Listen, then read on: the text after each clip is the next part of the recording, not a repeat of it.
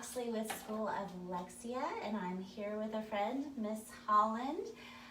She has some exciting news about how we were able to partner together and get exciting results. So let's go ahead and get started. So Emily, Yes. we have known each other for a while. And so tell me about you're a student at Legacy, and you are an aspiring educator. And so what kind of opportunities do you have at Legacy High School currently?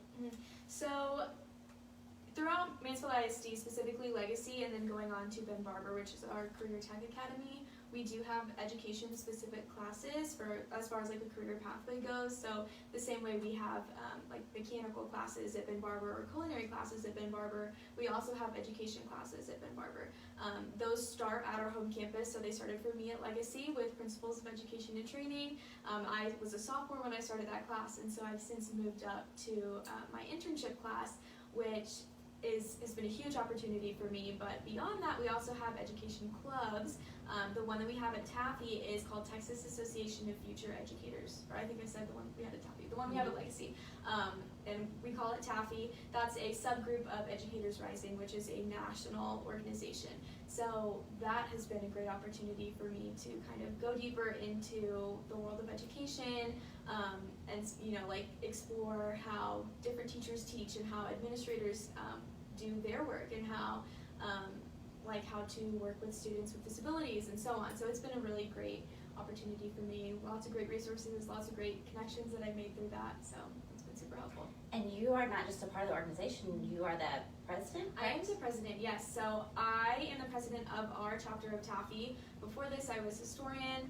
Before that, I kind of did everything. We're a super small club. There's less than 10 of us, so kind of do everything. But yes, this year I'm officially the president. Oh, fun! And are there similar organizations at other high schools? Yes, so we have TAFE chapters at, I believe, 4 of our high schools here at MISD, as well as, so the Legacy chapter of TAFE actually runs concurrently with the Ben Barber organization, so we're kind of the same thing. So technically when I compete, it's under Ben Barber, but so many of our kids are from Legacy that it's kind of like a joint club. But Mansfield High School and Lake Ridge High School, and I believe Summit as well, also have their own specific TAFE chapters.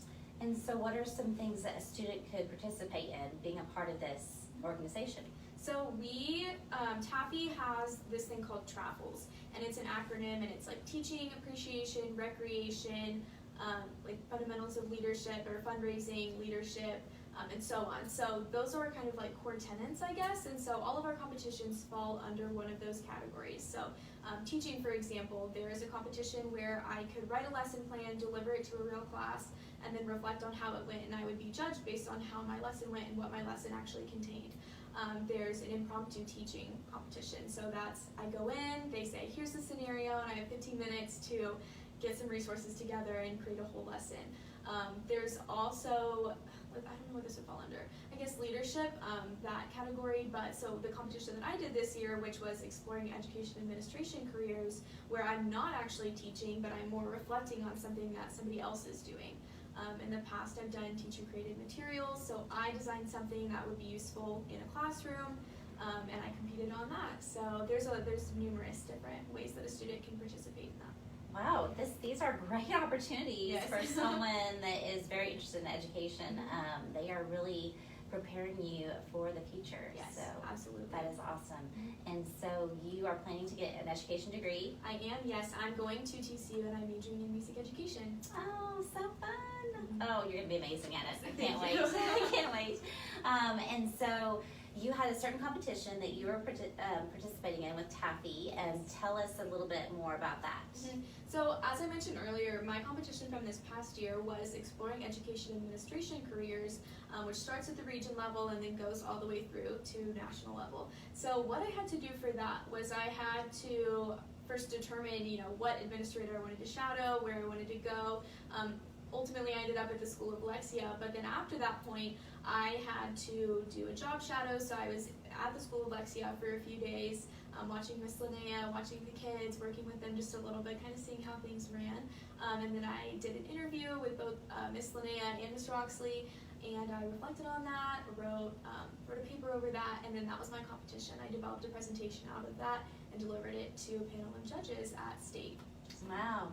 And so what was the overall, like, I guess, category for this competition? Just shadowing and learning about different campuses, or how did you decide to look at School of Lexía and not just another school? Yeah, so TAFE is not only designed for people who want to be future educators, but it's also designed to kind of support people who want to be in the world of education, but not necessarily like classroom teachers as you would, typically think of them. So there's opportunities for people who want to be coaches, or for people who want to work in maybe like the corporate training world. So that's kind of what my competition falls under, and just getting kind of a larger perspective other than just, I'm going to go in a classroom and teach. So in terms of finding the School of Lexía, we'd been family friends with the Oxleys for many, many years. And it was so funny, my dad went into Flying Squirrel downtown and was like, oh, hey, look what I found. And it was like a brochure for the School of Lexía. And he said, look what Miss Linnéa is doing. I heard about this, but this is the first time I've seen it. And so that was over the summertime, and I took the brochure and I was like, dude, I bet there's a TAFE competition for this. So what I actually ended up doing was finding a competition that fit the School of Lexía, rather than just trying to, I was like, oh, I want to do this competition, bringing it in. It was kind of the reverse. So it just worked out very, very well. I was really interested in having a school that was not traditional. A lot of the students that you'll see in these competitions will do it at their own high school or at an elementary school in their district, which are great, and there's awesome opportunities there, but you see kind of one side of the story, and it's a very typical, this is just your stereotypical how you run a school sort of thing. So I was very interested in seeing not only a smaller school, but a completely different school that does things a different way and teaches a different group of people. So absolutely. And so how did you do on your competition? I did very well. I advanced from region to state, and then I recently advanced from state to nationals, and then I found out during the ceremony, like the award ceremony for state, that I also was awarded Judge's Choice for this. So out of all of the competitors for this event, they liked mine the best, and I actually won a scholarship from this. Oh, awesome. And your scholarship can go to TCU, correct? Yes, it can. That is so awesome. Yes. Well. So what are some things that you really enjoyed about School of Lexía? Yeah. So one of the main things for sure is that I was completely surprised by the kids, the students.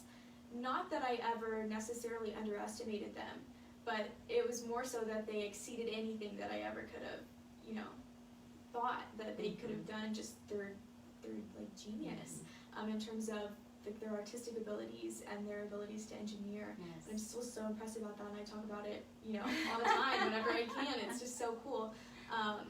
So I loved getting to see that, but I also loved getting to see a more intimate setting. Growing up in very large public schools, I don't have the super small focused classes. I have classes of 30 kids that are all just kind of put in there, not in any sort of manner or method. So it was really interesting just to see a completely different side of things, and I really enjoyed that. Unfortunately, that is the stigma that our students, our dyslexic students and related disorders get, is that they don't meet the expectations of engineer level or architecture level or artistic level, and so that's what we try to do here at School of Lexía. And so I'm glad you got to observe that. Yeah, it's super. I was completely surprised. I knew that. I've had dyslexic friends. I've had friends with dysgraphia and other similar things, and they're very intelligent. But it still is just like, wow, it's so crazy that they can be maybe weaker in this one area, but look how much stronger they are in this other area. Absolutely. And so that's what we try to do. And like you said, the small group setting, that allows us to be able to also provide accommodations for our students that absolutely need those accommodations so that they can rise and exceed expectations in other areas. Absolutely. Well, thank you so much, Emily, for joining us and partnering, and we hope to see great things. We know we're going to see great things through music education. And thank y'all, everyone, for listening, and come check School of Lexía out anytime.